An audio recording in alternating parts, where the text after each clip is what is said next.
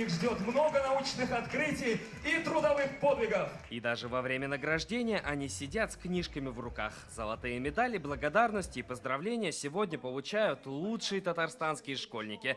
Эти умники и умницы – победители республиканских, всероссийских и даже международных олимпиад. Аделя Назарова – призер первенства по технологии. В Армавире ученица 10 класса представила коллекцию своей одежды. Мы с учителем очень много работали, оставаясь в школе допоздна, и вот получили такой результат.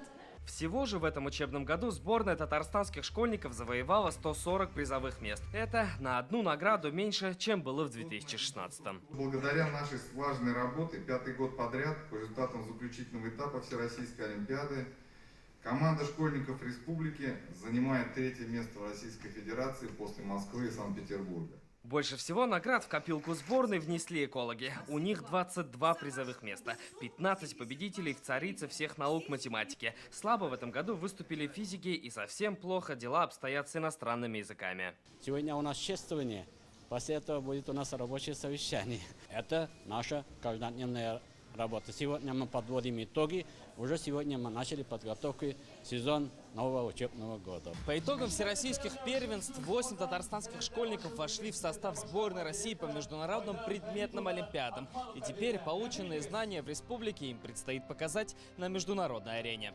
Салават Мухаммадуллин, Азат Самигуллин, ТНВ, Казань.